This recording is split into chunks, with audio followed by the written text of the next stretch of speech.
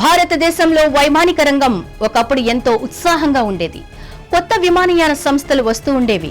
Flight ఎక్కడం అందరికీ సాధ్యమవుతుందని జనం అనుకునేవారు. కానీ ఇప్పుడున్న పరిస్థితులను చూస్తూ ఉంటే కలలు అమాంతం నేలకు దించేశాయి. ఇండిగో కంటే ముందే పైకెగిరి అమాంతం నేలకు దిగిన 5 విమాన సంస్థల ఫెయిల్యూర్ స్టోరీ ఇది.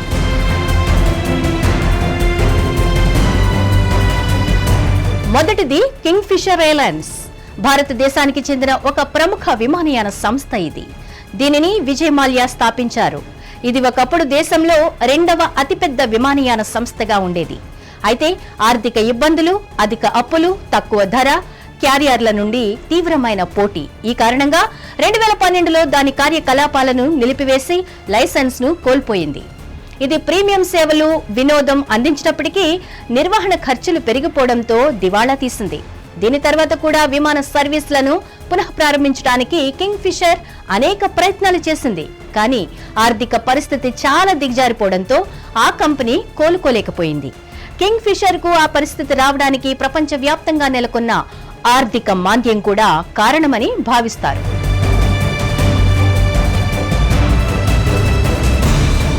రెండవది జెట్ ఎయిర్వేస్. ఇది తన కార్యకలాపాలను 1993 మే 5వ తేదీన ఎయిర్ టాక్సీ సర్వీస్ గా ప్రారంభించింది. ఆ సమయంలో కంపెనీ 4 బోయింగ్ 737 విమానాలను లీజుకు తీసుకుని నడిపేది. 1995 జనవరిలో దీనికి షెడ్యూల్డ్ ఎయిర్లైన్స్ హోదా లభించింది. అంటే ఇప్పుడు ఇది సాధారణ ప్రయాణికుల విమానాలను నడపొచ్చు. 2000 ప్రారంభంలో జెట్ ఎయిర్వేస్ వేగంగా అభివృద్ధి చెందింది. దేశీయ మార్గాలతో పాటు అంతర్జాతీయ విమానాలను కూడా ప్రారంభించింది. 2004లో ఇది చెన్నై నుంచి కొలంబోకు తన మొదటి అంతర్జాతీయ విమానాన్ని ప్రారంభించింది. 2005లో ఈ కంపెనీ ఇండియన్ స్టాక్ ఎక్స్చేంజ్ లో లిస్ట్ అయింది. ఇక 2018 మార్చిలో కంపెనీ భారీ నష్టాలను చవిచూసింది. వరుసగా 4 నెలల పాటు ఇది నష్టాల్లో ఉంది. దీనివల్ల దాని నగదు నిల్వలు తగ్గిపోయాయి. సంస్థను నడపడం కష్టమైపోయింది.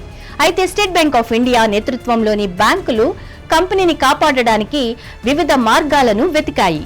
ఆర్బీఐ ప్రాజెక్టు శక్తి కింద ఈ ఎయిర్లైన్స్ కోసం ఒక రిజల్యూషన్ ప్లాన్ కూడా సిద్ధం చేశారు. కానీ జెట్ ఎయిర్వేస్ భాగస్వామి ఎతిహాద్, భారతీయ బ్యాంకులు ఒక ఒప్పందానికి రాలేకపోయాయి. 2019 మార్చి నాటికి పరిస్థితి చాలా దారుణంగా మారిపోయింది. నిధుల కొరత కారణంగా అనేక విమానాలు నిలిచిపోయాయి.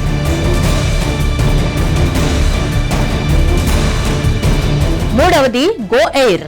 2005 నుంచి పనిచేస్తున్న గో ఎయిర్ చౌకగా సర్వీసు అందించే విమానయాన సంస్థ ఇది. దీనికి 2021 మే నెలలో గో ఫస్ట్ గా పేరు మార్చారు. ఈ కంపెనీ 2023 మే నెలలో నేషనల్ కంపెనీల ట్రిబ్యునల్లో దివాలా చట్టం కింద పిటిషన్ దాఖలు చేసింది.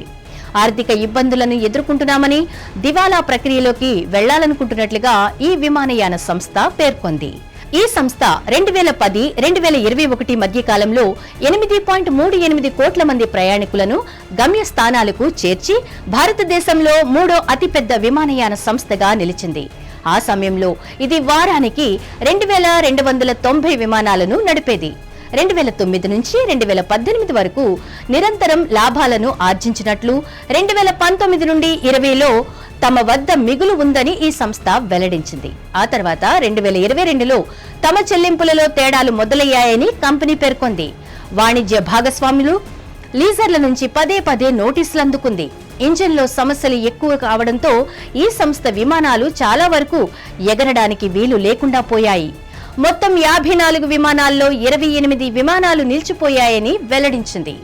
ఒప్పందం ప్రకారం ఇంజిన్ తయారీదారు ఫ్రాట్ అండ్ విట్నీ మరమ్మతులు చేయలేదని, కొత్త ఇంజన్లను అందించలేదని ఎయిర్లైన్ ఆరోపించింది. కేవలం 30 రోజుల్లోనే 4118 విమానాలను రద్దు చేయాల్సి వచ్చిందని, దీనివల్ల 77,500 మంది ప్రయాణికులకు ఇబ్బంది కలిగిందని ఎన్సీఎల్టీకి నివేదించింది. 17 సంవత్సరాలకు పైగా నడిచిన గో ఫస్ట్ ఎయిర్లైన్స్ కథ 2024లో ముగిసింది.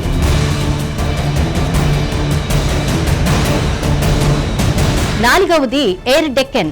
దీన్ని జిఆర్ గోపీనాథ్ స్థాపించారు.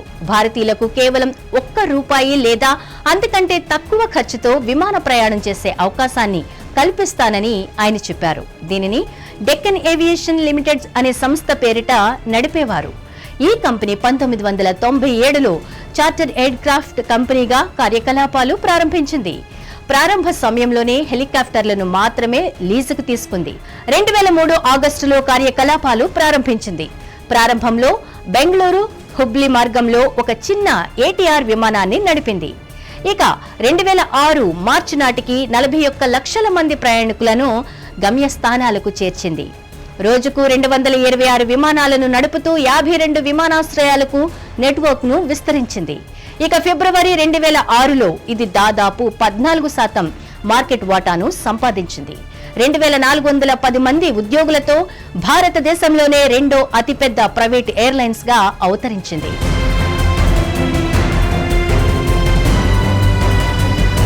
చిన్న తక్కువ జనాభా కలిగిన పట్టణాలను పెద్ద నగరాలతో అనుసంధానించడం ఒక ఎయిర్లైన్ లక్ష్యం.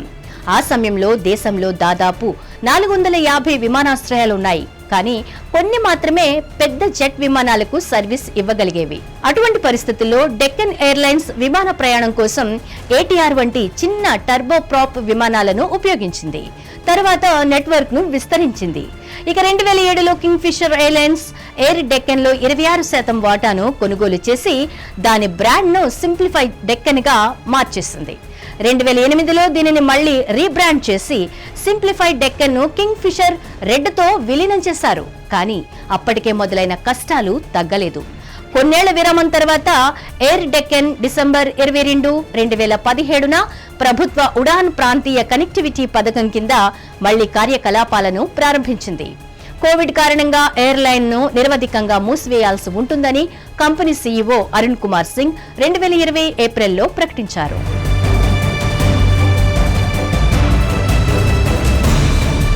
ఇక 5వది పారామౌంట్ ఎయిర్వేస్. ప్రయాణికులకు సరసమైన ధరలకు బిజినెస్ క్లాస్ సేవలను అందించే లక్ష్యంతో న్యూ జనరేషన్ ఎంబ్రాయర్ 170/190 సిరీస్ విమానాలను భారతదేశంలో ప్రవేశపెట్టిన మొట్టమొదటి విమానయాన సంస్థ ఇది. 2005 అక్టోబర్ నుంచి ఈ కంపెనీ విమాన సర్వీసులను ప్రారంభించింది. లగ్జరీ విమానాలను లీజుకు తీసుకుంది. కానీ లీజు చెల్లింపులపై డిఫాల్ట్లు, వివాదాలు ఎయిర్లైన్ లీజింగ్ కంపెనీల మధ్య లీగల్ కేసులకు దారితీశాయి. బ్యాంకుల భాగస్వామ్యానికి ఆ కంపెనీ 400 కోట్లకు పైగా బకాయి పడింది. ఈ సమస్యలు లీజింగ్ కంపెనీలు దాని విమానాలను స్వాధీనం చేసుకునేందుకు దారితీశాయి. దీంతో మొత్తం విమానాలన్నీ నిలిచిపోయాయి. 2010లో తన అన్ని విమానాలను నిలిపివేసింది పారామౌంట్ ఎయిర్వేస్. ఇలా ఒక్కొక్కటిగా 5 విమాన సంస్థలు మూతపడ్డాయి. ఇప్పుడు ఇండిగో పరిస్థితి ఏంటో అర్థం కాని స్థితి ఏర్పడింది.